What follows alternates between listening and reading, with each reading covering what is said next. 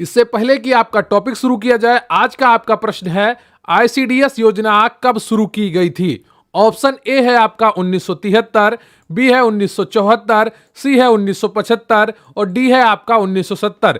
इसका उत्तर आपको comment box में लिखना है एवं साथ में इसका फुल फॉर्म भी आपको कमेंट बॉक्स में लिखना है। आज का आपका प्रश्न है आईसीडीएस योजना कब शुरू की गई थी। इस प्रश्न का उत्तर मैं वीडियो के अंत में बताऊंगा, तो आप अंत तक बने रहिएगा और अपनी तैयारी पूरी 101% करिएगा। तो कमेंट करके जरूर बताइएगा इसका ऑप्शन क्या है और आईसीडीएस का फुल फॉर्म भी आपको कमेंट बॉक्स में लिखना है। पहला प्रश्न है, निम्न कारकों में से कौन राष्ट्रीय एकीकरण में बाधक है। तो आपको बताना है ऐसे कौन से कारक हैं जो राष्ट्रीय एकता के खिलाफ हैं या राष्ट्रीय एकीकरण में बाधक हैं। क्लियर है आपको।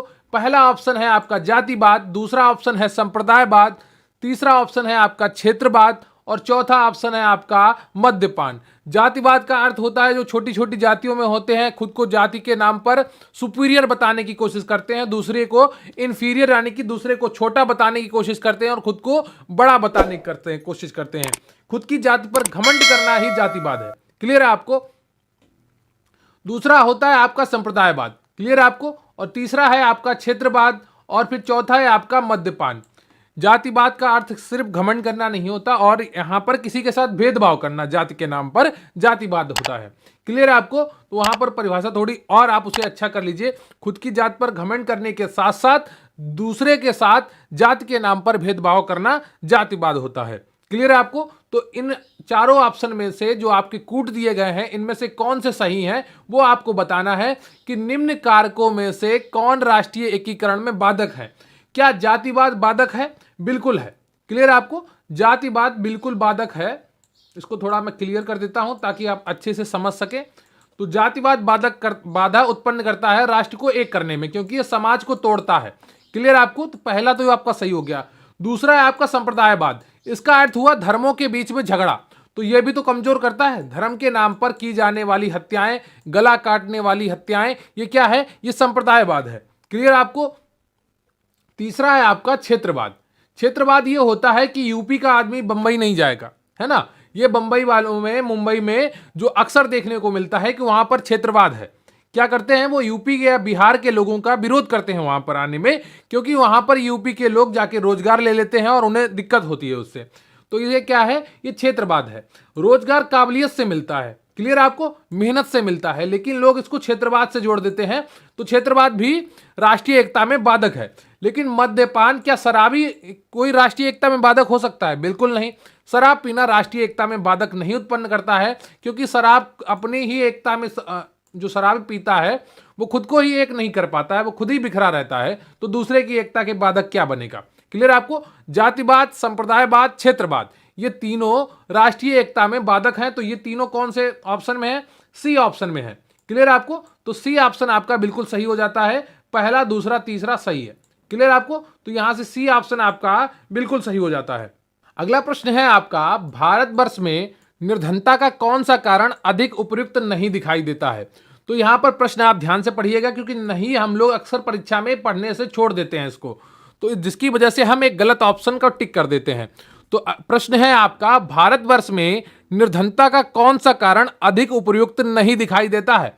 ऑप्शन ए है आपका अशिक्षा, बी है बेरोजगारी और सी है आपका भाग्य का भरोसा करना और डी है आपका काम मिलने पर भी काम करने की इच्छा ना होना। तो बताइए, भारतवर्ष में निर्धनता का कौन सा कारण अधिक उपयुक्त नहीं दिखाई देता है। अशिक्षा तो निर्धनता का मुख्य कारण है, क्योंकि यहां पर रोजगार की कमी हो जाती है आप अगर शिक्षित नहीं है। बेरोजगारी, बेरोजगारी तो बहुत बड़ी समस्या है देश की, क्योंकि यहां पर बहुत ही ज्यादा लोग युवा हैं और रोजगार की तलाश में रहते हैं, तो यह भी एक मुख्य कारण है बेरोजगारी। और तीसरा है आपका भाग्य के भरोसे बैठना भी एक क्या है? गरीबी का कारण है। लेकिन काम मिलने पर भी काम करने की इच्छा ना होना, यह गरीबी का कारण नहीं है। ठीक है। तो डी ऑप्शन आपका बिल्कुल सही है। यहां पर यह गरीबी का कारण नहीं है। क्लियर है आपको। तो भारत में अशिक्षित बेरोजगारी अधिक है। भारत में कुछ धार्मिक विश्वास जैसे कर्म का सिद्धांत एवं माया की धारणा भी कुछ हिंदुओं को कठिन परिश्रम से कार्य करने के प्रति उदासीन बनाती है। क्लियर है आपको। यह भाग्य के बारे में जोड़ा जाएगा। अगला प्रश्न है आपका, किस प्रकार की निर्धनता कायिक उत्तरजीविता को बनाए रखने के लिए जरूरी बुनियादी संसाधनों के अभाव का द्योतक है? बताइए। किस प्रकार की निर्धनता कायिक उत्तरजीविता को बनाए रखने के लिए जरूरी बुनियादी संसाधनों के अभाव का द्योतक है? ऑप्शन ए है आपका परम निर्धनता, बी है सांस्कृतिक निर्धनता, सी है व्यक्तिनिष्ठ निर्धनता और डी है आपका बाहायना मूलक निर्धनता। तो बताइए एबीसीडी में कौन सा ऑप्शन आपका सही हो जाएगा? किस प्रकार की निर्धनता कायिक उत्तरजीविता को बनाए रखने के लिए जरूरी बुनियादी संसाधनों के अभाव का द्योतक है? तीसरे का कौन सा ऑप्शन आपका सही हो जाएगा? जल्दी से बताइए। तो तीसरे का जो सही ऑप्शन है आपका वो ए है, परम निर्धनता। क्लियर आपको? परम निर्धनता सही ऑप्शन है आपका। यह क्या होती है? एक ऐसी दशा जिसमें सामान्यतः भौतिक किंतु कभी कभी सांस्कृतिक संसाधनों का अभाव भी होता है, उसे गरीबी कहते हैं। क्या कहते हैं? गरीबी कहते हैं। परंतु जब कायिक उत्तरजीविता को बनाए रखने के लिए जरूरी बुनियादी संसाधनों का अभाव होता है तो वह परम निर्धनता कहलाती है, एब्सोल्यूट पॉवर्टी कहलाती है। क्लियर आपको? तो जब कायिक उत्तरजीविता को बनाए रखने के लिए जरूरी बुनियादी संसाधनों का अभाव होता है तो यह परम निर्धनता एब्सोल्यूट प्रॉपर्टी कहलाती है। क्लियर है आपको? अगला प्रश्न है आपका, मंडल आयोग ने अन्य पिछड़े वर्गों के चयन में निम्नलिखित में से किस समूह को आधार माना है? बताइए। मंडल आयोग ने अन्य पिछड़े वर्गों के चयन में निम्नलिखित में से किस समूह को आधार माना है? ऑप्शन ए है आपका जाति वर्ग एवं आर्थिक पिछड़ेपन को, बी है सामाजिक शैक्षणिक एवं आर्थिक पिछड़ेपन को, सी है आपका सामाजिक राजनीतिक तथा शैक्षणिक पिछड़ेपन को और डी है आपका सामाजिक सांस्कृतिक एवं आर्थिक पिछड़ेपन को। तो बताइए कौन सा ऑप्शन आपका सही हो जाएगा? एबीसीडी में मंडल आयोग ने अन्य पिछड़े वर्गों के चयन में निम्नलिखित में से किस समूह को आधार माना है? तो एबीसीडी में कौन सा ऑप्शन आपका सही हो जाएगा? चौथे का।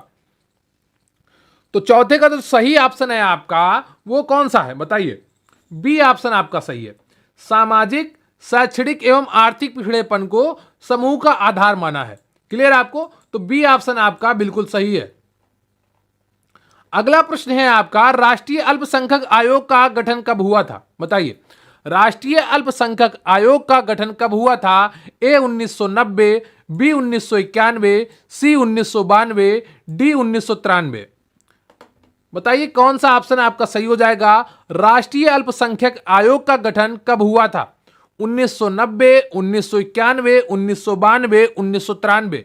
तो पांचवें का जो सही ऑप्शन है आपका वो कौन सा है? सी ऑप्शन आपका बिल्कुल सही है, 1992। क्लियर है आपको? अगला प्रश्न है आपका, निम्नलिखित में से भारत में बढ़ते तलाक के कारण कौन है? बताइए। निम्नलिखित में से भारत में बढ़ते तलाक के कारण कौन है? महिलाओं का आर्थिक स्वावलंबन या देश की विलासिता या वैवाहिक जोड़ों की अपरिपक्वता या अशिक्षा? बताइए। निम्नलिखित में से भारत में बढ़ते तलाक के कारण क्या है? ऑप्शन ए है आपका महिलाओं का आर्थिक स्वावलंबन या देश की विलासिता या वैवाहिक जोड़ों की अपरिपक्वता या अशिक्षा। बताइए छठे का कौन सा ऑप्शन आपका बिल्कुल सही हो जाएगा? तो छठे का जो सही ऑप्शन है आपका वो ए है, महिलाओं का आर्थिक स्वावलंबन। अब महिलाएं अपने आप कमाने लगी हैं तो वो किसी पर निर्भर नहीं रहती हैं। जब किसी पर निर्भर नहीं रहती हैं तो वो क्यों समझौता करें? है ना? समझौता तो वो इंसान करता है जो निर्भर है किसी पर। जब वो निर्भर ही नहीं है तो आपके अत्याचारों को क्यों सहे, आपकी मनमर्जियों को क्यों बर्दाश्त करे? तो ये कारण है एक, महिलाओं का आर्थिक स्वावलंबन कि भारत में बढ़ते तलाक का एक कारण हो सकता है। क्लियर आपको? अगला प्रश्न है आपका, निम्नलिखित में से कौन सा घरेलू हिंसा का रूप नहीं है? बताइए। दहेज मृत्यु, यौन उत्पीड़न, अपहरण, पत्नी की पिटाई करना। बताइए निम्नलिखित में से कौन सा घरेलू हिंसा का रूप नहीं है? जब भी यहां पर नहीं लिखा हो तो प्रश्न एक बार जरूर पढ़ा करिए, है ना? क्योंकि यहां पर अक्सर हम लोग नहीं को मिस कर देते हैं और यहां पर कोई एक गलत आंसर टिक करके और निकल लेते हैं और बाद में पता चलता अरे हमने नहीं तो पढ़ा ही नहीं। तो परीक्षा में प्रश्नों को बहुत ध्यान से पढ़िएगा। निम्नलिखित में से कौन सा घरेलू हिंसा का रूप नहीं है? दहेज मृत्यु, यौन उत्पीड़न, अपहरण, पत्नी की पिटाई करना। प्लीज वीडियो को लाइक कर लीजिएगा और चैनल को सब्सक्राइब कर लीजिएगा। कमेंट करके जरूर बताइएगा कि आपको आज का वीडियो कैसा लगा और सही टाइम है क्या सुबह मॉक टेस्ट कराने का। आपका प्रश्न है, निम्नलिखित में से कौन सा घरेलू हिंसा का रूप नहीं है? दहेज मृत्यु जो होती है वह घरेलू हिंसा में आती है। यौन उत्पीड़न करना यह भी घरेलू हिंसा में आता है। पत्नी की पिटाई करना यह भी घरेलू हिंसा में आता है, किंतु अपहरण घरेलू हिंसा में नहीं आता है। तो सी ऑप्शन आपका बिल्कुल सही है। क्लियर है आपको?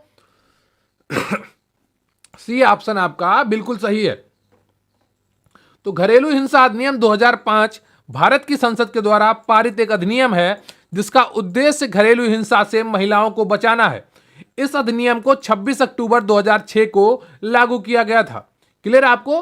तो इस अधिनियम को 26 अक्टूबर 2006 को लागू किया गया था। अगला प्रश्न है आपका, अंत्योदय कार्यक्रम का उद्देश्य है। तो आपको अंत्योदय कार्यक्रम का उद्देश्य पहचानना है। ऑप्शन ए है आपका अल्पसंख्यकों का विकास, बी है दलितों की प्रोन्नति, सी है आपका गरीबों में से सर्वाधिक गरीब की सहायता, और डी है भारत में निर्धनता का पूर्ण निराकरण। तो बताइए एबीसीडी में कौन सा ऑप्शन आपका सही हो जाएगा? अंत्योदय कार्यक्रम का उद्देश्य है, बताइए कौन सा ऑप्शन आपका सही हो जाएगा? तो इसका सही उत्तर हो जाएगा आपका 8वें का सी ऑप्शन। क्लियर आपको? सी ऑप्शन आपका बिल्कुल सही है। गरीबों में से सर्वाधिक गरीबों की सहायता। क्या? गरीबों में से सर्वाधिक गरीबों की सहायता करना ही अंत्योदय कार्यक्रम का उद्देश्य है। क्लियर है आपको? अगला प्रश्न है आपका, किस पंचवर्षीय योजना का मुख्य उद्देश्य गरीबी हटाओ था? चौथी पंचवर्षीय या पांचवी पंचवर्षीय या छठी पंचवर्षीय या सातवीं पंचवर्षीय योजना? बताइए कौन सा ऑप्शन आपका सही है? किस पंचवर्षीय योजना का मुख्य उद्देश्य गरीबी हटाओ था? बताइए।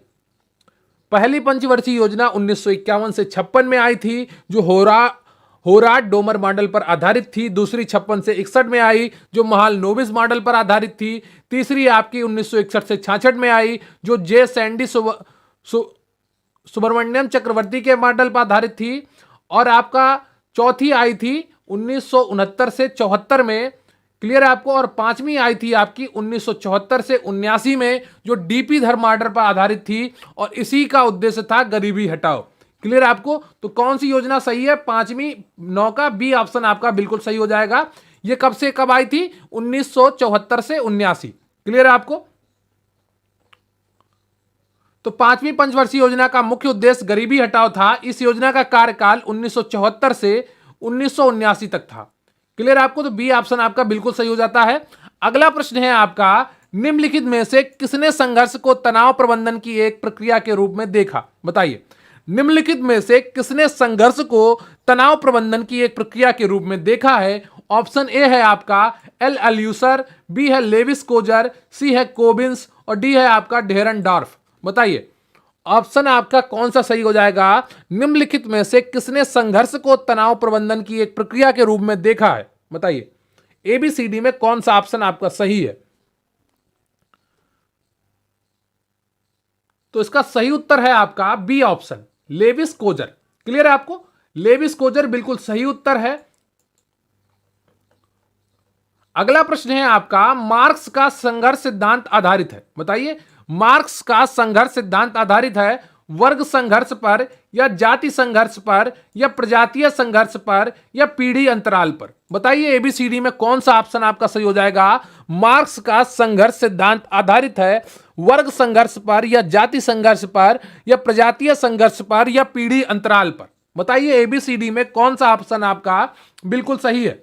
तो 11वें का जो सही ऑप्शन है आपका वो ए है, वर्ग संघर्ष पर आधारित था मार्क्स का संघर्ष सिद्धांत। क्लियर है आपको? अगला प्रश्न है आपका, सभ्यता के विकास के लिए खानाबदोश एवं खेतिहर के मध्य संघर्ष आधारभूत होते हैं। इस मान्यता पर आधारित समाज के संघर्ष के एक सिद्धांत को किसने विकसित किया? बताइए। प्रश्न है एक बार आप फिर से सुन लीजिए। सभ्यता के विकास के लिए खानाबदोश एवं खेतिहर के मध्य संघर्ष आधारभूत होते हैं। इस मान्यता पर आधारित समाज के संघर्ष के एक सिद्धांत को किसने विकसित किया? ऑप्शन ए है आपका पॉलीबियस, दूसरा है आपका डेविड ह्यूम, तीसरा है कार्ल मार्क्स और डी ऑप्शन है आपका इब्न खाल्दून।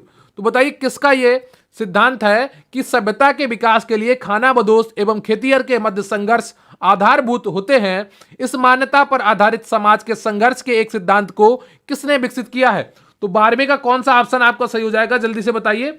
12वें का जो सही ऑप्शन है आपका वो डी है, इब्न खालदून। क्लियर है आपको? अगला प्रश्न है आपका, आंतरिक एवं बाह्य संघर्ष की अवधारणाएं किसने प्रस्तुत की? बताइए, आंतरिक एवं बाह्य संघर्ष की अवधारणाएं किसने प्रस्तुत की हैं? ए मैक्स वेबर ने, बी जॉर्ज सीमेल ने, सी है आपका आर के मर्टन ने, और डी है आपका टालकॉट पार्सन्स ने। बताइए, आंतरिक एवं बाह्य संघर्ष की अवधारणाएं किसने प्रस्तुत की हैं? 13वें का कौन सा ऑप्शन आपका सही है? तो 13वें का जो सही ऑप्शन है आपका वो टालकॉट पार्सन्स है। डी ऑप्शन आपका बिल्कुल सही है। क्लियर है आपको? देखिए, हर किताब में अलग अलग तरीके से इन्होंने लिख रखा है, किसी में कुछ दे रखा है, किसी में कुछ सिलेबस दे रखा है। जो मेन टॉपिक है वो आपके इस चैप्टर में गरीबी था, है ना, दहेज था, घरेलू हिंसा थी, तलाक था, अंतर और अंतरपीढ़ी संघर्ष था, जातिवाद था। लेकिन उन्होंने गरीबी में कितना कहां तक है किसी को नहीं पता, है ना। तो हर किताब ने अपने अपने अनुसार छाप रखा है। किसी ने बहुत ही ज्यादा डीप पढ़ा दिया है गरीबी को, किसी ने बहुत ऊपर ऊपर ही पढ़ाया है। क्लियर आपको? लेकिन मैं आपको हर एक चीज देने की कोशिश करूंगा आपके एग्जाम तक, ताकि परीक्षा में आपका कोई भी प्रश्न गलत ना हो, क्योंकि किसी को भी नहीं पता कि पेपर में किस तरह के प्रश्न आएंगे, कितनी गहराई से पूछे जाएंगे, क्योंकि पहली बार पेपर आपका होने वाला है। क्लियर आपको? तो आंतरिक एवं बाह्य संघर्ष की अवधारणाएं किसने प्रस्तुत की थी? टालकॉट पार्सन्स ने प्रस्तुत की। ऑप्शन डी आपका बिल्कुल सही है। क्लियर है आपको? अगला प्रश्न है आपका, निम्नांकित में किसने प्रत्यक्ष संघर्ष और अप्रत्यक्ष संघर्ष की धारणाएं प्रस्तुत की हैं? बताइए, किसने प्रत्यक्ष संघर्ष और अप्रत्यक्ष संघर्ष की धारणाएं प्रस्तुत की हैं? ऑप्शन ए है आपका सोरोकिन, बी है बोगार्डस, सी है आपका लिप्सेट एवं बेंडिक्स, और डी है आपका मैकाइवर एवं पेज। तो बताइए, एबीसीडी में कौन सा ऑप्शन आपका सही है 14वें का? तो इसमें जो सही ऑप्शन है आपका वो डी है, मैकाइवर एवं पेज ने। क्लियर आपको? डी ऑप्शन आपका बिल्कुल सही है। मैकाइवर एवं पेज ने प्रत्यक्ष संघर्ष और अप्रत्यक्ष संघर्ष की धारणाएं प्रस्तुत की हैं। क्लियर है आपको? तो ये रहा ऑप्शन आपका डी बिल्कुल सही है। अगला प्रश्न है आपका, समाज में संघर्ष के सकारात्मक प्रकारों पर निम्नलिखित में से किसने बल दिया है? बताइए, समाज में संघर्ष के सकारात्मक प्रकारों पर निम्नलिखित में से किसने बल दिया है? ऑप्शन ए है आपका जॉर्ज सिमले, बी है कार्ल मार्क्स, सी है बेबर, और डी है आपका नोआम चोम्स्की। तो बताइए, एबीसीडी में कौन सा ऑप्शन आपका सही हो जाएगा? समाज में संघर्ष के सकारात्मक प्रकारों पर निम्नलिखित में से किसने बल दिया है? तो 15वें का जो सही ऑप्शन है आपका वो बताइए कौन सा है? तो इसका सही ऑप्शन हो जाएगा आपका ए, जॉर्ज सीमेल। क्लियर आपको? जॉर्ज सीमेल ने समाज में संघर्ष के सकारात्मक प्रकारों पर बल दिया है। अगला प्रश्न है आपका, मार्क्स के अनुसार कथनानुसार वर्ग संघर्ष में किन दो वर्गों के बीच संघर्ष होता है? बताइए, प्रश्न आपसे यह पूछ रहा है कि जो कार्ल मार्क्स एक विद्वान हुए, उनके अनुसार वर्ग संघर्ष किन दो वर्गों के बीच में होता है, यह आपको बताना है। क्लियर आपको? ऑप्शन ए है आपका पूंजीपति एवं सर्वहारा के बीच में, बी है शासक एवं शासित के बीच में, सी है आपका शिक्षित एवं अशिक्षित के बीच में, और डी है आपका मालिक और मजदूर के बीच में। बताइए, मार्क्स के कथनानुसार वर्ग संघर्ष में किन दो वर्गों के बीच संघर्ष होता है? बताइए। तो 16वें का कौन सा ऑप्शन आपका सही हो जाएगा? बताइए। तो 16वें का जो सही ऑप्शन है आपका वो बी है, शासक और शासित के बीच में संघर्ष होता है। क्लियर है आपको? तो इसमें एक शोषक हो जाता है और दूसरा शोषित हो जाता है। क्लियर है आपको? अगला प्रश्न है आपका, अपनी पुस्तक social change in modern India M N. Srinivas ने यह मत प्रस्तुत किया है। तो ये किताब है, आपको उनके राइटर के नाम याद रखने चाहिए। Social change in modern India M N. Srinivas ने कौन सा मत प्रस्तुत किया है? आपका ऑप्शन है ए है जाति एक बंद व्यवस्था है, बी है जाति एक खुली व्यवस्था है, सी है आपका जाति व्यवस्था में गतिशीलता की गुंजाइश होती है, या डी ऑप्शन आपका जाति बिल्कुल वर्ग की भांति है। तो बताइए, एबीसीडी में कौन सा ऑप्शन आपका सही हो जाएगा? अपनी पुस्तक social change in modern India M N. Srinivas ने कौन सा मत प्रस्तुत किया है? तो 17वें का कौन सा ऑप्शन आपका सही हो जाएगा? 17वें का सी ऑप्शन आपका सही है, जाति व्यवस्था में गतिशीलता की गुंजाइश है। क्लियर आपको? ये गतिशील होती है, ये आगे बढ़ती रहती है और परिवर्तित होती रहती है। क्लियर आपको? तो इनके अनुसार सी ऑप्शन आपका बिल्कुल सही है। अगला प्रश्न है आपका, बीमारू राज्यों की संकल्पना किसने की थी? बताइए, बीमारू राज्यों की संकल्पना किसने की थी? ऑप्शन ए है आपका के श्रीनिवास, बी है जी आर रेले, सी है आशीष बोस और डी है आपका एस चंद्रशेखर। बताइए कौन सा ऑप्शन आपका सही हो जाएगा? बीमारू राज्यों की संकल्पना किसने की थी? के श्रीनिवास, जे आर रेले, आशीष बोस या डी एस चंद्रशेखर। तो 18वें का कौन सा ऑप्शन आपका सही हो जाएगा? जल्दी से बताइए। तो इसका सही ऑप्शन है आपका आशीष बोस ने की थी। क्लियर आपको? सी ऑप्शन आपका बिल्कुल सही है, आशीष बोस ने इसकी संकल्पना की थी। क्लियर है आपको? तो बीमारू राज्यों की संकल्पना आशीष बोस से जुड़ा हुआ है। तो बीमारू का अर्थ क्या होता है? बी से हो गया बिहार, यम से बी आई से हुआ बिहार, यम से हुआ मध्य प्रदेश, आर से हुआ राजस्थान और यू से हुआ उत्तर प्रदेश। क्लियर आपको? तो बीमारू राज्यों में कौन कौन से आते थे? बिहार, मध्य प्रदेश, राजस्थान और उत्तर प्रदेश। यह विचार आशीष बोस ने 1980 के मध्य में दिया था। क्लियर है आपको? क्योंकि तब यहां पर बहुत ही ज्यादा गरीबी थी, बहुत ही ज्यादा निर्धनता थी। क्लियर है आपको? अगला प्रश्न है आपका, निम्नलिखित में से कौन सा युग्म सुमेलित नहीं है? बताइए, निम्नलिखित में से कौन सा युग्म सुमेलित नहीं है? ऑप्शन ए है आपका विशेष विवाह अधिनियम 1954, बी है हिंदू विवाह अधिनियम 1955, सी है हिंदू उत्तराधिकार अधिनियम 1956, डी है दहेज निरोधक अधिनियम 1965। तो बताइए एबीसीडी में कौन सा ऑप्शन आपका सही है? निम्नलिखित में से कौन सा युग्म सुमेलित नहीं है? विशेष विवाह अधिनियम 1954 या हिंदू विवाह अधिनियम 1955 या सी हिंदू उत्तराधिकार अधिनियम 1956 या डी दहेज निरोधक अधिनियम 1965। तो बताइए एबीसीडी में कौन सा ऑप्शन आपका सही हो जाएगा? तो इसमें जो गलत है, मतलब जो गलत है, जो सुमेलित नहीं है, तो वो डी ऑप्शन है। दहेज निरोधक अधिनियम 1965 में नहीं, 1961 में आया था। क्लियर है आपको? कब आया था? 1961 में आया था। क्लियर है आपको? प्लीज वीडियो को लाइक कर लीजिएगा और चैनल को सब्सक्राइब कर लीजिएगा। क्लियर है आपको? तो दहेज निरोधक अधिनियम 1961 में आया था। अगला प्रश्न है आपका, अस्पृश्यता को समाप्त किया जाता है और उसका व्यवहार किसी भी रूप में निषिद्ध है, यह कहां घोषित है? बताइए, संविधान को आपको वो अनुच्छेद पहचानना है जहां पर अस्पृश्यता को समाप्त किया गया है, अस्पृश्यता को समाप्त किया जाता है और उसका व्यवहार किसी भी रूप में निषिद्ध है। बताइए कौन सा ऑप्शन सही है? 20वें का कौन सा अनुच्छेद है जिसमें अस्पृश्यता का अंत का उल्लेख है? तो 20 का सी ऑप्शन आपका बिल्कुल सही है, अनुच्छेद 17 में अस्पृश्यता के अंत का उल्लेख है। क्लियर है आपको? अगला प्रश्न है आपका, हेनरी बंसेंटीन ने गरीबी निर्धनता मापन के कितने आयाम बताए हैं? बताइए, जो हेनरी बंसेंटीन हुए, इन्होंने गरीबी निर्धनता के मापन के कितने आयाम बताए हैं? ऑप्शन ए है 4, बी है 5, सी है 7 और डी है 8। बताइए एबीसीडी में कौन सा ऑप्शन आपका सही हो जाएगा? जल्दी बताइए।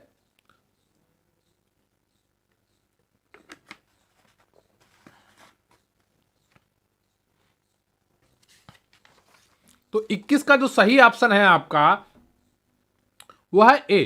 क्लियर आपको? 4 इन्होंने बताए। कितने बताए हैं? 4। क्लियर आपको? तो हेनरी बंसेंटीन ने गरीबी निर्धनता मापन के 4 आयाम बताए हैं।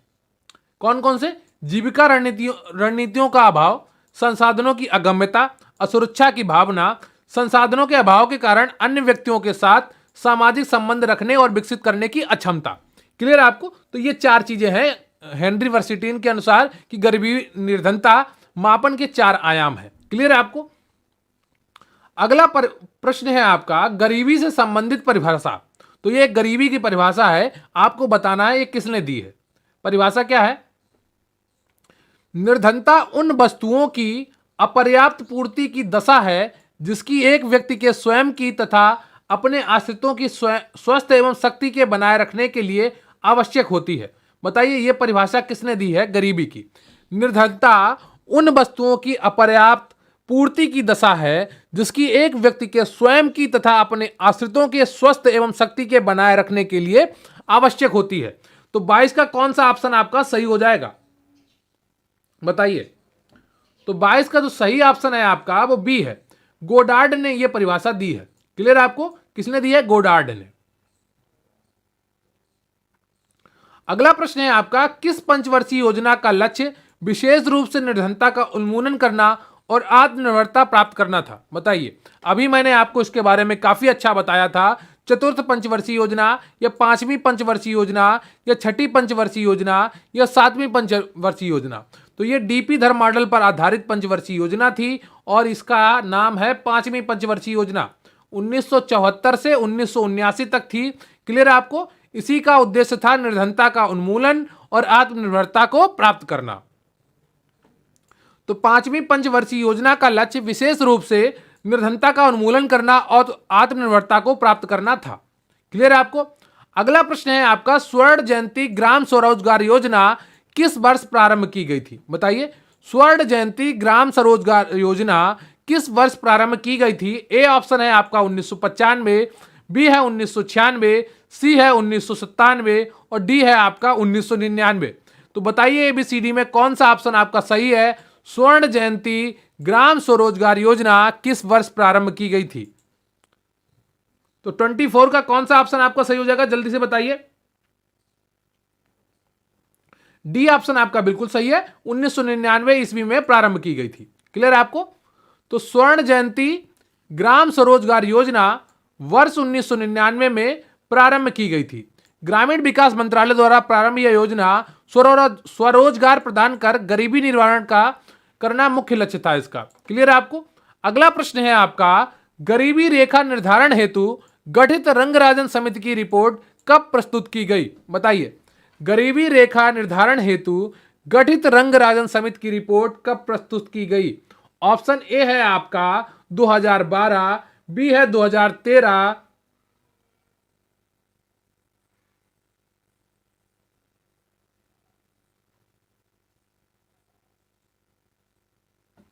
और सी है आपका 2014, डी है 2015। बताइए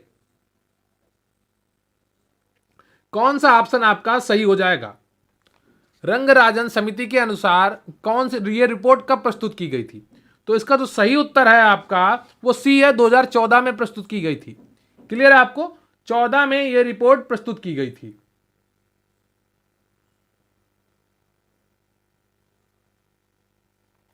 इसके अनुसार क्या क्या था कि जून 2012 में गरीबी रेखा निर्धारण हेतु गठित रंगराजन समिति ने अपनी रिपोर्ट 30 जून 2014 को प्रस्तुत की।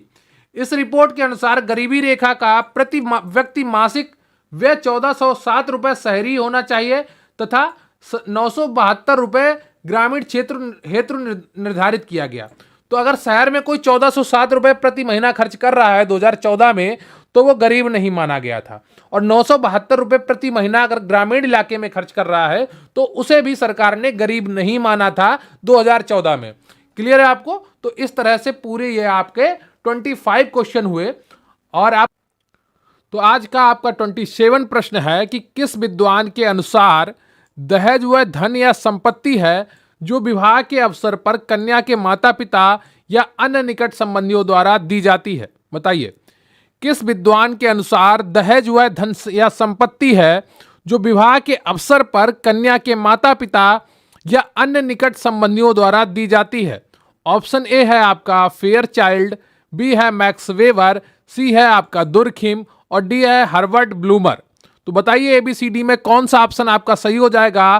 किस विद्वान के अनुसार दहेज वह धन या संपत्ति है जो विवाह के अवसर पर कन्या के माता पिता या अन्य निकट संबंधियों द्वारा दी जाती है? तो 27 का कौन सा ऑप्शन आपका सही हो जाएगा? ए ऑप्शन आपका सही है, फेयर चाइल्ड। क्लियर है आपको? ए ऑप्शन आपका बिल्कुल सही है। अगला प्रश्न है आपका, भारतीय समाज में दहेज प्रथा के क्या कारण है? तो क्वेश्चन है आपका, भारतीय समाज में दहेज प्रथा के क्या कारण है? अंतरजातीय विवाह पर प्रतिबंध या कुलीन विवाह की प्रथा या सामाजिक प्रतिष्ठा की भावना? तो दहेज प्रथा के कई कारण हैं। एक तो आपका ये इंटरकास्ट रिलेशन जो शादियां होती हैं उस पर प्रतिबंध है। इसके कारण भी रिश्ते कम होते हैं, तो उपयुक्त रिश्ते की तलाश में दहेज प्रथा होती है। कुलीन विवाह की प्रथा, तो यहाँ पर अच्छे घर में शादी करने की जो इच्छा रहती है वहाँ उसके कारण भी दहेज प्रथा है। और सामाजिक प्रतिष्ठा की भावना कि एक सेल्फ रिस्पेक्ट से, एक सोशल रिस्पेक्ट से भी इसको देखा जाता है कि उनके लड़के को इतना दहेज मिला, उनकी लड़की को उन्होंने अपनी लड़की को कार दी दहेज में, तो हम भी कार देंगे। तो ये भावनाएं रहती हैं लोगों के मन में, इसके कारण भी भारतीय समाज में दहेज की प्रथा देखने को मिलती है। क्लियर है आपको? तो उपयुक्त सभी। इसके अलावा एक अन्य कारण होता है जो अक्सर किताबों में दिखाई नहीं देता है, कि सरकारी लड़का ढूंढना, सरकारी नौकरी वाला लड़का ढूंढना। ये कारण भी दहेज प्रथा का है, लेकिन किताबों में ये दिखाई नहीं देता है। तो 28 का जो ऑप्शन आपका सही है, वहां पर डी सही है, उपयुक्त सभी। क्लियर है आपको? उपयुक्त सभी, डी ऑप्शन आपका बिल्कुल सही है। अगला प्रश्न है आपका, दहेज प्रतिषेध अधिनियम 1961 के तहत दहेज देने या लेने पर कितने वर्ष तक का कारावास हो सकता है? बताइए। दहेज प्रतिषेध अधिनियम 1961 के तहत दहेज देने या लेने पर कितने वर्ष तक का कारावास हो सकता है? ऑप्शन ए है आपका 4 वर्ष, बी है 5 वर्ष, सी है 6 वर्ष और डी है आपका 8 वर्ष। तो बताइए एबीसीडी में कौन सा ऑप्शन आपका सही है? दहेज प्रतिषेध अधिनियम 1961 के तहत दहेज लेने या देने पर कितने वर्ष तक का कारावास हो सकता है? तो 29 का जो ऑप्शन आपका सही है वो बी है, 5 वर्ष। क्लियर है आपको? 5 वर्ष, इसमें जुर्माना भी लगता है। क्लियर है आपको? तो 15,000 रुपए तक का जुर्माना भी लगाया जाता है, या दोनों हो सकता है। क्लियर है आपको? भारत में घरेलू हिंसा अधिनियम किस वर्ष पारित किया गया? बताइए। भारत में घरेलू हिंसा अधिनियम किस वर्ष पारित किया गया? ऑप्शन ए है आपका 2000 ईस्वी में, बी है 2002 ईस्वी में, सी है 2005 में और डी है आपका 2008 में। तो बताइए कौन सा ऑप्शन आपका सही हो जाएगा? भारत में घरेलू हिंसा अधिनियम किस वर्ष पारित किया गया? तो 30 का कौन सा ऑप्शन आपका सही हो जाएगा? जल्दी से बताइए। तो 30 का सी ऑप्शन आपका बिल्कुल सही है, 2005 में। क्लियर है आपको? 2005 में भारत में घरेलू हिंसा अधिनियम पारित किया गया। क्लियर है आपको? जिसके तहत महिलाओं बच्चों को संरक्षण प्रदान किया गया। क्लियर है आपको? अगला प्रश्न है आपका, घरेलू हिंसा से महिलाओं का संरक्षण अधिनियम 2005 के अंतर्गत घरेलू हिंसा से सम्मिलित है। बताइए घरेलू हिंसा में क्या क्या सम्मिलित है? क्या यौन दुर्व्यवहार सम्मिलित है?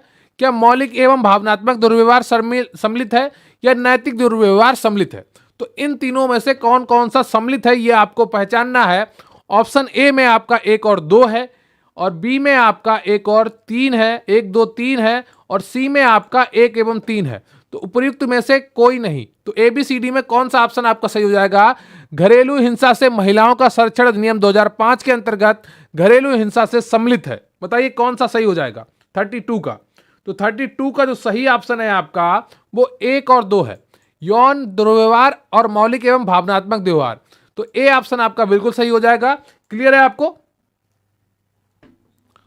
तो घरेलू हिंसा से महिलाओं का संरक्षण अधिनियम 2005 के अंतर्गत हिंसा में यौन दुर्व्यवहार, मौलिक एवं भावनात्मक दुर्व्यवहार को सम्मिलित किया गया है। क्लियर है आपको? अगला प्रश्न है आपका, श्रम विभाजन और जाति प्रथा के लेखक कौन है? बताइए। श्रम विभाजन और जाति प्रथा के लेखक कौन है? ऑप्शन ए है आपका महात्मा गांधी, बी है जवाहरलाल नेहरू, सी है भीमराव अंबेडकर और डी है आपका राम मनोहर लोहिया। तो एबीसीडी में कौन सा ऑप्शन आपका सही हो जाएगा? श्रम विभाजन और जाति प्रथा के लेखक कौन है? तो 33 का कौन सा ऑप्शन आपका सही हो जाएगा? सी ऑप्शन सही हो जाएगा। क्लियर है आपको? सी ऑप्शन आपका बिल्कुल सही है, भीमराव अंबेडकर। इन्होंने 2 किताबें लिखी हैं, एक श्रम विभाजन एवं जाति प्रथा और दूसरी लिखी है द कास्ट्स इन इंडिया, और एक और लिखी है हु आर शूद्रास। 3 किताबें इनकी हैं। क्लियर आपको? तो ये आपको याद रखनी चाहिए, परीक्षा में पूछी जा सकती हैं। अगला प्रश्न है आपका, किस विद्वान के अनुसार राजनीतिक भाषा में उपजाति के प्रति निष्ठा का भाव ही जातिवाद है? बताइए। किस विद्वान के अनुसार राजनीतिक भाषा में उपजाति के प्रति निष्ठा का भाव ही जातिवाद है? ऑप्शन ए है आपका के.एम. पडिक्कर, बी है डॉक्टर एन प्रसाद, सी है के.एन. शर्मा और डी है आपका भीमराव अंबेडकर होगा, यहां पर अखेड़कर नहीं होगा। क्लियर है आपको? बताइए कौन सा ऑप्शन आपका सही हो जाएगा? किस विद्वान के अनुसार राजनीतिक भाषा में उपजाति के प्रति निष्ठा का भाव ही जातिवाद है? तो इसका जो सही ऑप्शन है आपका वो ए है। क्लियर आपको? के.एम. पडिक्कर। ए ऑप्शन आपका बिल्कुल सही है। कुछ लोग ये सोचेंगे यहां पर मैंने अंबेडकर कराया तो यही ऑप्शन सही होगा, है ना? बहुत से लोग ऐसे गलत कर देते हैं। तो ए ऑप्शन आपका सही होगा, किस विद्वान के अनुसार राजनीतिक भाषा में उपजाति के प्रति निष्ठा का भाव ही जातिवाद है। तो इसका ए ऑप्शन सही है, के.एम. पडिक्कर के अनुसार। क्लियर आपको? तो के.एम. पडिक्कर के अनुसार राजनीतिक भाषा में उपजाति के प्रति निष्ठा का भाव ही जातिवाद है। जबकि डॉक्टर एन प्रसाद के अनुसार जातिवाद राजनीतिकता में रूपांतरित एक जाति के प्रति निष्ठा है। क्लियर है आपको? तो डॉक्टर एन प्रसाद के अनुसार जातिवाद राजनीतिकता में रूपांतरित एक जाति के प्रति निष्ठा है। क्लियर है आपको? अगला प्रश्न है आपका 35। जातिवाद के कितने स्वरूप होते हैं? बताइए, जातिवाद के कितने स्वरूप होते हैं? ऑप्शन ए है आपका 1, बी है 2, सी है आपका 3 और डी है आपका 4। तो ए बी सी डी में कौन सा ऑप्शन आपका सही हो जाएगा? जातिवाद के कितने स्वरूप होते हैं? बताइए। तो जातिवाद के 2 स्वरूप होते हैं। बी ऑप्शन आपका बिल्कुल सही है। क्लियर है आपको? सामान्यतः जातिवाद के 2 स्वरूप हैं, मनोवैज्ञानिक स्वरूप एवं व्यवहारिक स्वरूप। क्लियर है आपको? मनोवैज्ञानिक स्वरूप में एक जातीय भावना से प्रेरित होकर एक व्यक्ति अपने ही जाति हितों का सर्वोपरि समझता है, उसी के कल्याण के लिए सोचता है। जबकि व्यवहारिक जातिवाद में वह अपनी जातीय हित में कार्य को करता है, जैसे जातीय उम्मीदवार को वोट देना। क्लियर आपको? तो सामान्यतः जातिवाद के 2 स्वरूप होते हैं। कौन कौन से होते हैं? एक तो आपका मनोवैज्ञानिक स्वरूप होता है और दूसरा व्यवहारिक स्वरूप होता है। क्लियर आपको? मनोवैज्ञानिक स्वरूप में क्या होता है? एक जातीय भावना से प्रेरित होकर एक व्यक्ति अपने ही जातीय हितों को सर्वोपरि समझता है, उसी के कल्याण के लिए सोचता है। जबकि व्यवहारिक जातिवाद में वह अपने जातीय हित में कार्य को करता है, जैसे जातीय उम्मीदवार को वोट देना। क्लियर आपको? एक में केवल सोचना है और दूसरे में करना है। क्लियर है आपको? अगला प्रश्न है आपका, अंतःपीढ़ी संघर्ष के प्रमुख कारण कौन से हैं? बताइए, अंतःपीढ़ी संघर्ष के प्रमुख कारण कौन से हैं? ऑप्शन ए है आपका मनोवैज्ञानिक कारण, बी है ऐतिहासिक कारण, सी है आपका भौतिक एवं सामाजिक कारण और डी है आपका उपयुक्त सभी। तो बताइए एबीसीडी में कौन सा ऑप्शन आपका सही हो जाएगा? अंतःपीढ़ी संघर्ष के प्रमुख कारण कौन से हैं? मनोवैज्ञानिक कारण, ऐतिहासिक कारण, भौतिक एवं सामाजिक कारण या उपयुक्त सभी। तो 36 का कौन सा ऑप्शन आपका सही हो जाएगा? 36 का जो डी ऑप्शन है बिल्कुल सही है। अंतःपीढ़ी संघर्ष में जो मनोवैज्ञानिक कारण भी होते हैं, ऐतिहासिक कारण भी होते हैं और भौतिक एवं सामाजिक कारण तो होते ही हैं। क्लियर आपको? तो डी ऑप्शन आपका बिल्कुल सही है 36 का। अंतःपीढ़ी संघर्ष के प्रमुख कारण निम्न है। एक आपका हो गया मनोवैज्ञानिक, ऐतिहासिक, भौतिक, सामाजिक, धार्मिक एवं सांस्कृतिक कारण, आर्थिक एवं राजनीतिक कारण। क्लियर है आपको? अगला प्रश्न है आपका, आपसी सहमति से तलाक लेने की प्रक्रिया में पति पत्नी को कम से कम कितने वर्ष तक अलग रहना आवश्यक है? बताइए। आपसी सहमति से तलाक लेने की प्रक्रिया में पति पत्नी को कम से कम कितने वर्ष तक अलग रहना आवश्यक है? 1 वर्ष, 2 वर्ष, 3 वर्ष, 4 वर्ष। बताइए एबीसीडी में कौन सा ऑप्शन आपका सही हो जाएगा? आपसी सहमति से तलाक लेने की प्रक्रिया में पति पत्नी को कम से कम कितने वर्ष अलग रहना आवश्यक है? तो 37 का जो सही ऑप्शन है आपका वो ए है, 1 वर्ष। क्लियर आपको? ए 1 वर्ष बिल्कुल सही उत्तर है। आपसी सहमति से तलाक लेने हेतु पति पत्नी को कम से कम 1 वर्ष तक अलग रहना आवश्यक है। साथ ही पति पत्नी तलाक हेतु सहमत हो, यह तलाक शादी की तारीख से कम 1 वर्ष पश्चात ही हो सकता है। क्लियर आपको? तो ए ऑप्शन आपका बिल्कुल सही है। तो आपसी सहमति से तलाक लेने हेतु पति पत्नी को कम से कम 1 वर्ष तक अलग रहना आवश्यक है। साथ ही पति पत्नी तलाक हेतु दोनों सहमत हों और यह तलाक शादी की तारीख से कम 1 वर्ष पश्चात ही हो सकता है। क्लियर है आपको? अगला प्रश्न है आपका, जातिवाद की बुराई को दूर करने का समाधान क्या है? ए स्थायी सरकार, बी अंतरजातीय विवाह, सी है परिवार नियोजन और डी है आपका नगरीकरण में वृद्धि। तो एबीसीडी में कौन सा ऑप्शन आपका सही है? जातिवाद की बुराई को दूर करने का समाधान क्या है? स्थायी सरकार, अंतरजातीय विवाह, परिवार नियोजन और नगरीकरण में वृद्धि। तो 38 का जो यहां पर सही ऑप्शन हो जाएगा आपका वो बी है, अंतरजातीय विवाह। क्लियर आपको? तो जातिवाद की बुराई को दूर करने का ये एक समाधान हो सकता है। क्लियर आपको? बी ऑप्शन बिल्कुल सही है। लेकिन ये बातें आप अपने परिवार में वहां की समझ को देखकर ही बोलिएगा, पता चले घर में कलह शुरू हो जाए, है ना? तो सबके घर में अलग अलग माहौल होता है और कोई भी बात आपको कहनी है कहीं पर भी वहां के माहौल को देखकर कहना पड़ेगा, है ना? जब आप नौकरी कर रहे होंगे तो भी आपको यह ध्यान रखना होगा कि जो आपको किताब में पढ़ा दिया गया सिर्फ वही वहां पर नहीं बोलना है। आपको यह भी समझना है कि वहां पर जो लोग खड़े हैं क्या वो लोग इस बात को सुनने को तैयार हैं, है ना। नहीं तो आप नौकरी करने जाएं और मुख्य सेविका की और किसी गांव में आपकी मीटिंग चल रही हो और आप ये अंतरजातीय विवाह को वैलिड दर्शाने लगे वहां पर लोग भड़क भी सकते हैं, है ना। तो इससे आपको हर माहौल को देखकर ही ये बोलना सब कुछ है ना। किताबों में आपको पढ़ाया जा रहा है लेकिन इनका प्रयोग जीवन में कैसे करना है ये आपको अपनी समझ से तय करना है कि यहां पर लोग हैं वो ये सुनने के लिए तैयार हैं कि नहीं है। क्लियर है आपको? तो बी ऑप्शन आपका बिल्कुल सही है। तो अंतरजातीय विवाह करके समाज से जातिगत बुराई को दूर किया जा सकता है। क्लियर आपको? यह एक उपाय हो सकता है। अगला प्रश्न है आपका, किस प्रकार की गरीबी स्वास्थ्य एवं शारीरिक प्रकार के रखरखाव के लिए आवश्यक मूलभूत संसाधनों के अभाव को दर्शाता है? ऑप्शन ए है आपका संपूर्ण गरीबी, बी है सापेक्षिक गरीबी, सी है सांस्कृतिक गरीबी और डी है आपका लागू की गई गरीबी। बताइए किस प्रकार की गरीबी स्वास्थ्य एवं शारीरिक प्रकार के रखरखाव के लिए आवश्यक मूलभूत संसाधनों के अभाव को दर्शाता है?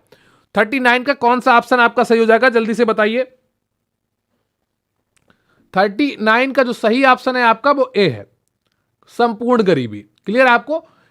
गरीबी के प्रकार जो भी आपको पढ़ाया गया है गरीबी के बारे में उसे आपको बहुत ही अच्छे से पढ़ना है क्योंकि यहां से 3 से 4 प्रश्न आपके बनेंगे। क्लियर आपको? तो इसका आंसर हो जाएगा संपूर्ण गरीबी। अगला प्रश्न है आपका, निम्नलिखित में से कौन भारत में निर्धनता का कारण है? बताइए निम्नलिखित में से कौन भारत में निर्धनता का कारण है? ऑप्शन ए है आपका प्राकृतिक संसाधनों की कमी, बी है प्राकृतिक विपत्तियां, सी है कृषि का पिछड़ापन और डी है यह सभी। तो बताइए एबीसीडी में कौन सा ऑप्शन आपका सही हो जाएगा? निम्नलिखित में से कौन भारत में निर्धनता का कारण है? प्राकृतिक संसाधनों की कमी, प्राकृतिक विपत्तियां, कृषि का पिछड़ापन, यह सभी। बताइए एबीसीडी में कौन सा ऑप्शन आपका सही हो जाएगा 40 का?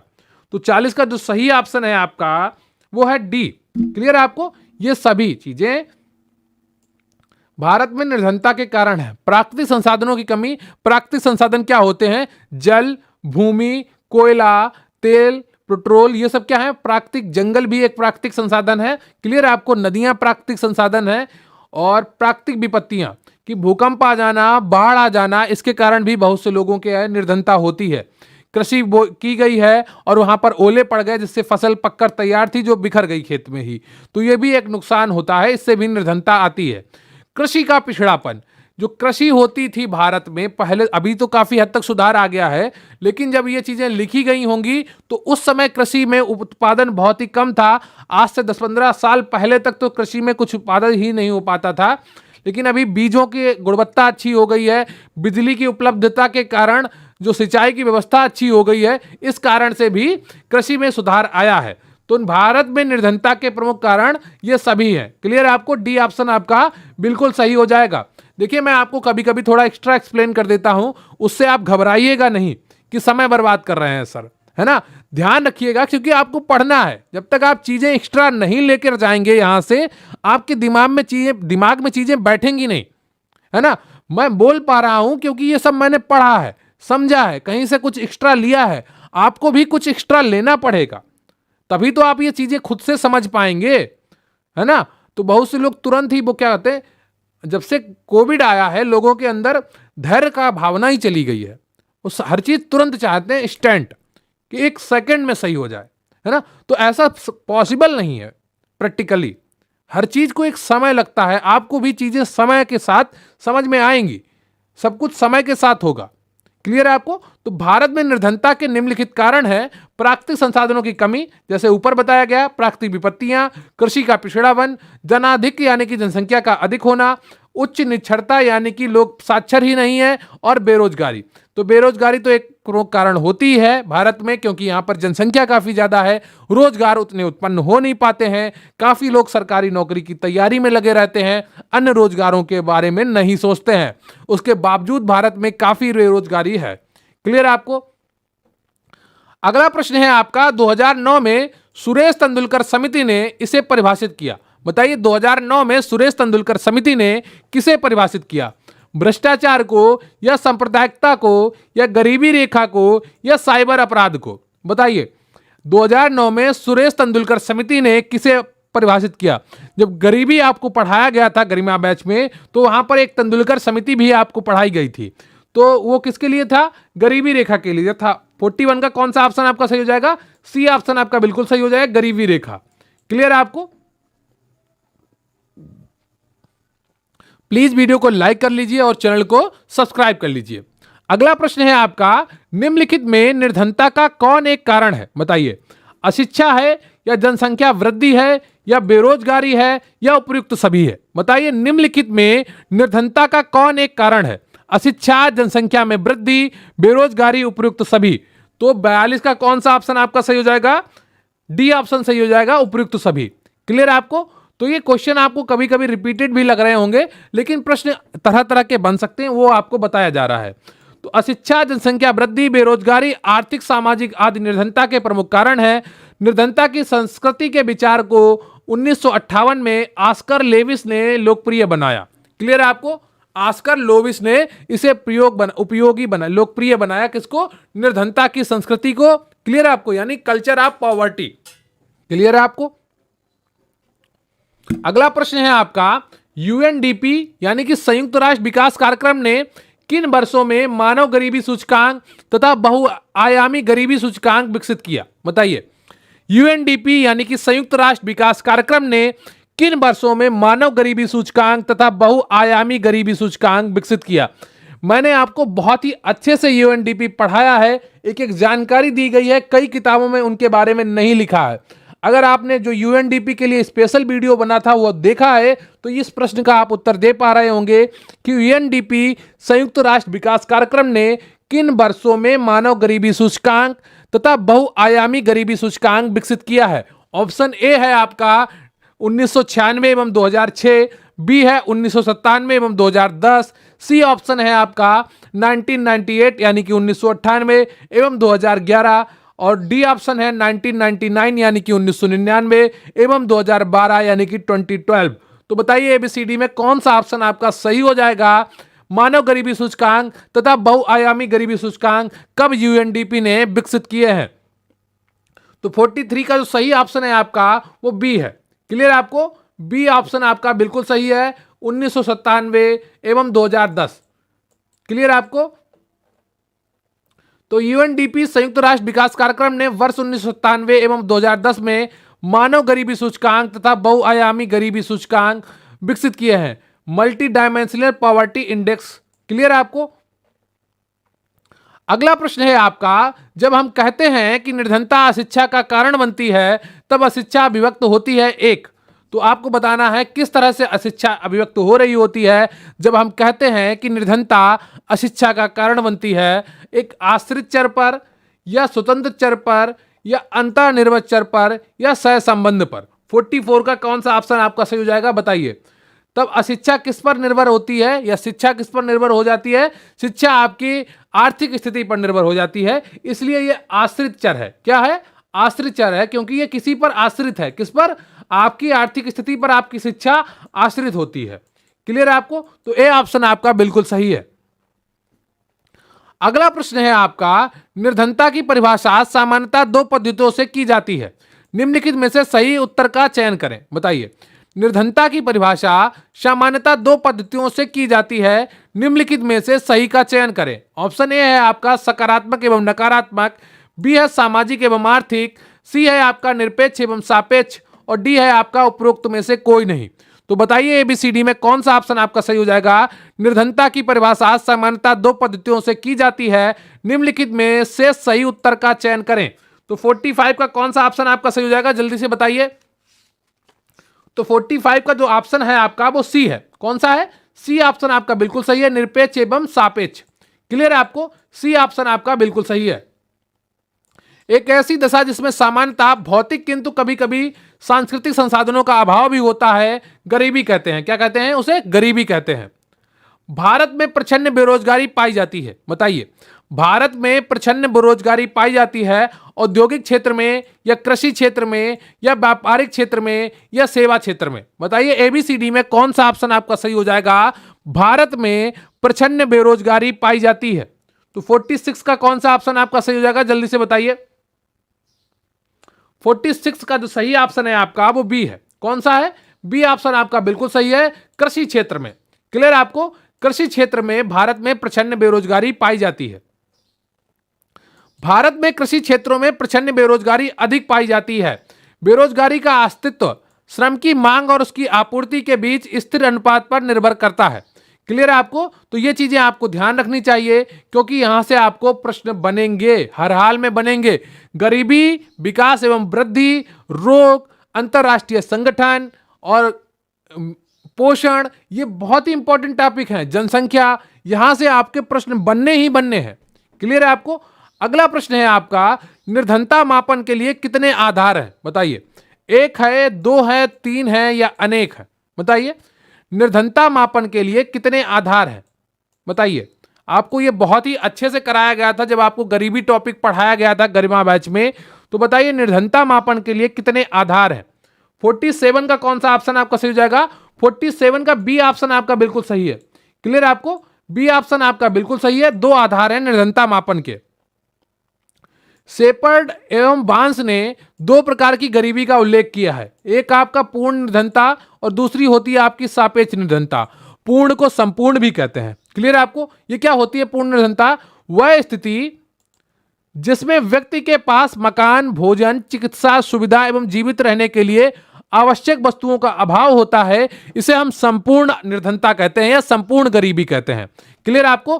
पूर्ण निर्धनता या संपूर्ण निर्धनता किसे कहते हैं? जिसमें व्यक्ति के पास मकान, भोजन, चिकित्सा सुविधा एवं जीवित रहने के लिए आवश्यक वस्तुओं का अभाव हो जाए, उसे संपूर्ण गरीबी कहते हैं। और सापेक्ष गरीबी किसे कहते हैं? सापेक्ष गरीबी उसे कहते हैं जब हम तुलना करके गरीबी नापते हैं, है ना? तुलना करके कि अमेरिका में यह होता है, भारत में यह नहीं होता है। तो इसको जब हम तुलना करते हैं तब यह सापेक्ष निर्धनता हो जाती है कि किसी देश को आधार मानकर हम तुलना कर रहे हैं कि भारत अमेरिका से कितना गरीब है, तो सापेक्ष निर्धनता होती है। लेकिन संपूर्ण निर्धनता वो होती है जिसमें व्यक्ति के पास ना तो मकान है, ना भोजन है, ना चिकित्सा की सुविधाएं हैं और ना ही जीवित रहने के लिए आवश्यक वस्तुओं का उसके पास प्रयोग है। क्लियर है आपको? अगला प्रश्न है आपका, महिलाओं के प्रति होने वाले अपराधों की प्रकृति को आपराधिक हिंसा, घरेलू हिंसा एवं सामाजिक हिंसा के रूप में वर्गीकरण किसने किया है? बताइए। महिलाओं के प्रति होने वाले अपराधों की प्रकृति को आपराधिक हिंसा, घरेलू हिंसा एवं सामाजिक हिंसा के रूप में वर्गीकरण किसने किया है? ऑप्शन है राम आहूजा ने, बी है E.H. सदरलैंड ने, सी D.R. टैफ्ट ने और डी है आपका C.H. कूले ने। तो बताइए ABCD में कौन सा ऑप्शन आपका सही हो जाएगा? कौन सा ऑप्शन आपका सही हो जाएगा? महिलाओं के प्रति होने वाले अपराधों की प्रकृति को आपराधिक हिंसा, घरेलू हिंसा एवं सामाजिक हिंसा के रूप में वर्गीकरण किसने किया है? तो 48 का जो सही ऑप्शन है आपका वो कौन सा है? ए ऑप्शन आपका बिल्कुल सही है, राम आहूजा ने किया है। क्लियर आपको? 48 का जो ऑप्शन है आपका वो ए वाला बिल्कुल सही है। तो महिलाओं के प्रति होने वाले अपराधों की प्रकृति को आपराधिक हिंसा, घरेलू हिंसा एवं सामाजिक हिंसा के रूप में वर्गीकरण राम आहूजा ने किया है। क्लियर है आपको? अगला प्रश्न है आपका, निम्नलिखित कथनों में से कौन सा घरेलू हिंसा के संबंध में सही नहीं है? बताइए। निम्नलिखित कथनों में से कौन सा घरेलू हिंसा के संबंध में सही नहीं है? ऑप्शन ए है आपका यह गरीबी का प्रतिभास है, बी है यह एक सार्वभौमिक प्रतिभास है, सी है यह संस्कृति विशिष्ट नहीं है, डी है यह पुरुषों और महिलाओं दोनों से संबंधित है। बताइए। निम्नलिखित कथनों में से कौन सा घरेलू हिंसा के संबंध में सही नहीं है? बताइए। 49 का जो सही ऑप्शन है आपका वो बी है, यह एक सार्वभौमिक प्रतिभास नहीं है। क्लियर है आपको? तो बी ऑप्शन आपका बिल्कुल सही हो जाता है। अगला प्रश्न है आपका, दहेज निरोधक अधिनियम किस वर्ष पारित हुआ? तो बहुत ही आसान प्रश्न है आपके लिए, इसका उत्तर आपने कई बार दिया होगा मॉक टेस्ट में, आज भी दे दीजिए। बताइए। बिल्कुल सही बताना है आपको। तो बी ऑप्शन आपका इसका बिल्कुल सही है। 1968 दहेज निरोधक अधिनियम किस वर्ष पारित हुआ? तो 1961 में पारित हुआ। क्लियर है आपको? अगला प्रश्न है आपका, दहेज निरोधक संशोधन अधिनियम 1986 के अंतर्गत दहेज के दोषी पाए गए व्यक्ति को कितना जुर्माना किया जा सकता है? तो अभी थोड़ी देर पहले मैंने आपको इसका उत्तर बताया था, जल्दी से बता दीजिए कौन सा ऑप्शन आपका सही हो जाएगा। तो इसका जो सही ऑप्शन है आपका वो बी है, 15,000। क्लियर है आपको? प्लीज वीडियो को लाइक कर लीजिएगा और चैनल को सब्सक्राइब कर लीजिएगा। क्लियर है आपको? बी ऑप्शन आपका बिल्कुल सही है। तो दहेज निषेध अधिनियम 1961 के अंतर्गत दहेज मांगना, देना, लेना राज्य के विरुद्ध एक गैर जमानती संज्ञेय अपराध है और जिसमें कम से कम 5 वर्ष का कारावास और 15,000 रुपए तक का आर्थिक दंड की व्यवस्था है। क्लियर है आपको? अगला प्रश्न है आपका, भारतीय दंड संहिता की किस धारा के अंतर्गत पत्नी के पति के दुर्व्यवहार की शिकायत कर सकती है? बताइए, पत्नी पति के दुर्व्यवहार की शिकायत कर सकती है भारतीय दंड संहिता की किस धारा के अंतर्गत? ऑप्शन ए है आपका 496, बी है 497 और डी है सी है आपका 498 ए और डी है आपका धारा 499। बताइए इनमें से कौन सा ऑप्शन आपका सही हो जाएगा? भारतीय दंड संहिता की किस धारा के अंतर्गत पत्नी पति के दुर्व्यवहार की शिकायत कर सकती है? कुछ किताबों में यह धारा गलत दी गई है, तो अगर किताब में अगर आप बाद में पढ़ें और कहें सर ने गलत बताया है तो एक बार खुद से चेक कर लीजिएगा, ठीक है? मैं बिल्कुल सही बता रहा हूं इसका उत्तर। बताइए, भारतीय दंड संहिता की किस धारा के अंतर्गत पत्नी पति के दुर्व्यवहार की शिकायत कर सकती है? तो इसका सही ऑप्शन आपका सी हो जाएगा, धारा 498 ए। क्लियर क्लियर है आपको? इसके तहत पत्नी पति के दुर्व्यवहार की शिकायत कर सकती है। तो भारतीय दंड संहिता की धारा 498 ए के अंतर्गत पत्नी अपने पति द्वारा किए गए दुर्व्यवहार उत्पीड़न की शिकायत कर सकती है। क्लियर है आपको? तो यह ऑप्शन आपका बिल्कुल सही है।